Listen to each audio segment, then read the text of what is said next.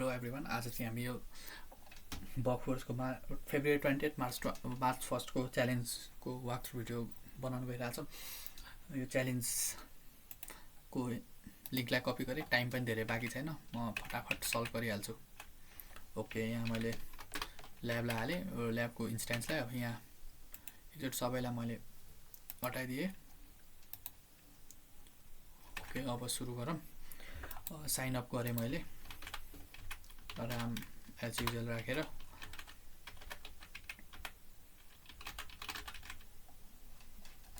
Okay, यहाँ अलिकति mistake हुन गएछ। ओके, साइन अप गरौँ। पोस्ट रिक्वेस्टमा हामीले के पठायौँ भन्दाखेरि राम12 भन्ने यो हाम्रो पासवर्ड भयो, राम भन्ने युजर नेम भयो। हामीलाई जेडब्ल्युडी टोकन दिएको रहेछ। ल ठिक छ। यहाँ यस्तो यहाँ धेरै केही छैन। जस्तै ओटरग्राम भन्ने छ होइन प्रोफाइल। अनि यहाँनिर दुईजनाले कमेन्ट गरिसक्नु भएको छ। जस्तै सो क्युट एडमिनबाट, सी ओटर फ्यानबाट आई लभ ओटर्स 2 भन्ने छ। मैले हेलो भन्ने कमेन्ट गरेँ। अब यहाँ मैले जस्तै पोस्ट रिक्वेस्ट पठाएँ, हेलो भन्ने कमेन्टमा यहाँ के पठाएको छ, हेलो पठाएको छ। अरू केही पनि पठाएको छैन। हामीले हाम्रो पोस्ट फर्स्टको कमेन्ट्समा गएर आउँछ, त्यसपछि आइडी यसले अटोमेटिक दिने भयो। यसलाई मैले रिप्लेमा पठाइदिइरहेको छु। अनि त्यसपछि हामीले गेट रिक्वेस्टमा के भइरहेछ भन्दाखेरि हाम्रो के हो त, यहाँबाट हामीले के हेर्न सक्छौँ भन्दाखेरि कमेन्टको आइडी होइन, कमेन्टको आइडी अटोमेटिकली असाइन भइरहेछ रामले पठाएको हेलो भन्ने। मैले अर्को पठाएँ भने अर्को आउन सक्ला। युजर 2 भनेको कमेन्ट हामीले पठाएको गेट रिक्वेस्ट हामीले यो चाहिँ आई लभ ओटर 2 भनेर कमेन्ट गरेको छ सी ओटर फ्यानले है। यसको कमेन्ट आइडी 2 रहेछ, युजर आइडी 3 छ। युजर आइडी भनेको यो सी ओटर फ्यानको हो यो युजर आइडी। यस्तै रहेछ आइडी 1, कमेन्टको आइडी 1, युजर आइडी 2 भनेको हाम्रो एडमिन रहेछ, उसको पोस्ट रहेछ। मैले यसलाई पनि रिप्लेमा पठाइदिन्छु। हाम्रो अब यसको मेन एम भनेको चाहिँ कमेन्ट एडिट गर्नु हो क्या। किनकि या त एडिट कमेन्ट देख्छ, हामीले पोस्टमा त देख्छ, यो एडिट कमेन्ट छ कि भनेर चेक गर्नु, जुन चाहिँ अघि मैले खोज्दाखेरि पाएँ द हेल्प अफ मेन्टरहरूले हेल्प गर्नुभयो यसमा चाहिँ मलाई। अनि यसमा चाहिँ के गर्नुपर्ने रहेछ भन्दाखेरि हामीले हाम्रो फ्रन्ट एन्डमा नदेखेको चिजलाई चाहिँ एक्सेस गर्नुपर्ने रहेछ होइन। अब हामीले यहाँ हामीले यहाँ गेट रिक्वेस्ट पठाउँदाखेरि के पठाइरहेछ भन्दाखेरि एपिआईको पोस्ट भन्ने ठाउँमा होइन, पोस्ट फर्स्टको भनेपछि यो पोस्ट फर्स्ट रहेछ, ओटर लभरको पोस्ट आइडी 1 रहेछ, त्यसको कमेन्ट एक्सेस गरिरहेछ। यसलाई पठाउँदाखेरि हामीलाई रेस्पोन्स के आइरहेछ भन्दाखेरि, एकछिन वेट गरौँ, रेस्पोन्स आउँछ। रेस्पोन्समा के आइरहेछ भन्दाखेरि युजर आइडी कमेन्ट आइडी 1 भनेको फर्स्ट कमेन्ट, युजर आइडी 2 भनेको एडमिन भयो, एडमिनले पठाएको भयो हामीलाई।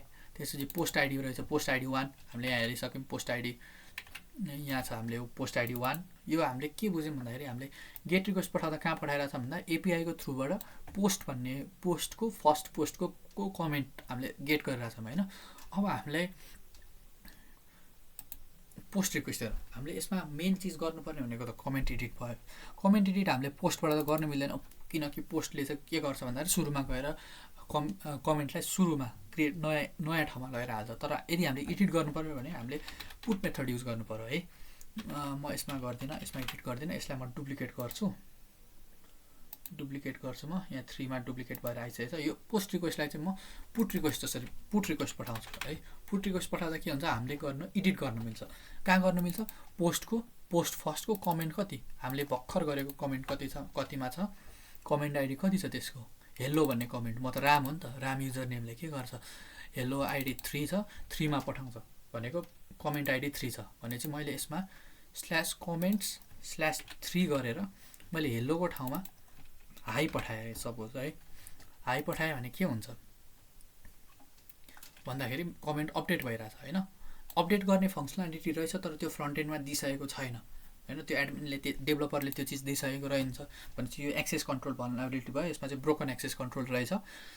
र यो कमेन्ट यसो गर्दाखेरि हामीले के पाइरहेछौँ भन्दाखेरि, म यहाँ देखाइहालेँ, यहाँ हेलो थियो अहिलेसम्म, एकचोटि हाइड गरेर एकचोटि हेर्दाखेरि ल हाई भनेर आइसक्यो, हेलोबाट हाई भयो। अब यसै गरी मैले सी ओटरको गर्न मिल्छ कि मिल्दैन त, सी ओटर फ्यान भन्नेको उसको कमेन्ट आइडी कति छ त्यो पनि हेरौँ। कमेन्ट आइडी सी ओटर फ्यानको कति छ, कमेन्ट आइडी 2 छ होइन। कमेन्ट आइडी 2 मा मैले एडिट गर्न चाहेँ। अब यसलाई नि मैले हाई बनाइदिएँ, पठाएँ मैले, एक्सेप्ट हुन्छ कि हुँदैन यो पनि एक्सेप्ट भइरहेछ भनेपछि अब यहाँ पनि हेरौँ फेरि यता फ्रन्ट एन्डमा पनि भएको छ कि छैन। ल आइसकेको छ। अरूको कमेन्ट नै एडिट गर्न मिलिरहेछ भने चाहिँ यो पनि ब्रोकन एक्सेस भयो। मैले सी ओटरको नि एडिट गर्न मिलिरहेछ, हामीलाई फ्ल्याग आइरहेछ। यो फ्ल्यागलाई मैले कपी गरेँ, सरी। अब एडमिनको नि चेक गरौँ, एडमिनको नि मिल्छ कि मिल्दैन। एडमिनले गरेको सो क्युट भन्ने कमेन्टको कमेन्ट आइडी कति छ त्यो पनि हेरौँ। कमेन्ट आइडी कति छ, सो क्युट भनेको कमेन्ट आइडी 1 छ है। कमेन्टभित्रको एपिआईमा गएर मैले कमेन्ट आइडी 1 गरेर सो क्युटको ठाउँमा हाई पठाइदिएँ। फेरि रेस्पोन्समा कमेन्ट अपडेट सक्सेसफुली भनेर आयो। अब यहाँ हेर्दाखेरि ल यहाँ पनि त्यही आयो, हाई पनि आएको छ, हाम्रो फ्ल्याग पनि आएको छ। त फ्ल्यागलाई कपी गरिदिन्छु, म सबमिट गरिदिइहालेँ यसलाई।